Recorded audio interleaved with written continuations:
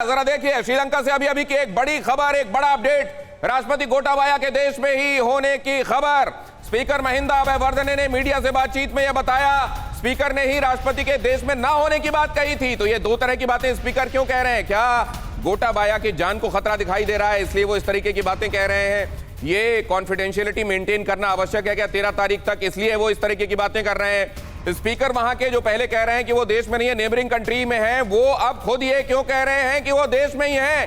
ये कंफ्यूजन क्या जानबूझकर फैलाया जा रहा है? क्या ये स्ट्रैटेजी है क्या, श्याम सर?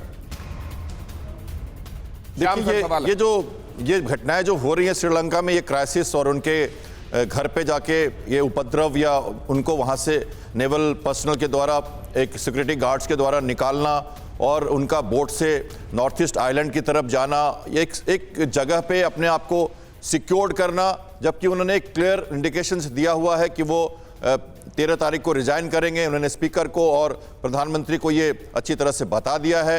तो लाइफ सिक्योरिटी की जहाँ तक बात है, तो ऐसी स्थिति में देश का जो प्रतिनिधि है, राष्ट्रपति है, अभी फिलहाल वो एक सॉवरेन प्रेसिडेंट है वहाँ के, तो उनको अपनी सुरक्षा का अधिकार है और गवर्नमेंट जो वहाँ पे है उनको भी सुनिश्चित करना होगा कि वो सुरक्षित हैं।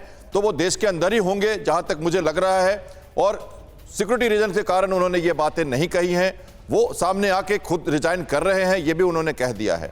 तो ये बातें मेरे ख्याल से काफ़ी एक दूसरे से लिंक्ड लग रही हैं और उसमें कुछ ज़्यादा देखने की ज़रूरत महसूस नहीं हो रही मुझे। हर जगह ये हो सकता है। इनफैक्ट जब कभी क्राइसिस हुई है ऐसे देशों में, तो वहाँ के नेबरिंग कंट्रीज, मुझे तो लगता है कि भारत का एक बड़ा रोल बनता है ऐसे सिचुएशंस में, और इंडियन नेवी का बहुत बड़ा रोल बनता है। मैं खुद इस बात से ताल्लुकात रखता हूँ कि जब भी कुछ ऐसे क्राइसिस हमारे मालदीव्स में या श्रीलंका में डेवलप हुए हैं पहले, तो हमारी शिप्स ऑलरेडी उस एरिया में रहती हैं जो किसी भी कदम के लिए हमेशा तैयार रहती हैं। सर, मैं आपके पास वापस लौटूंगा।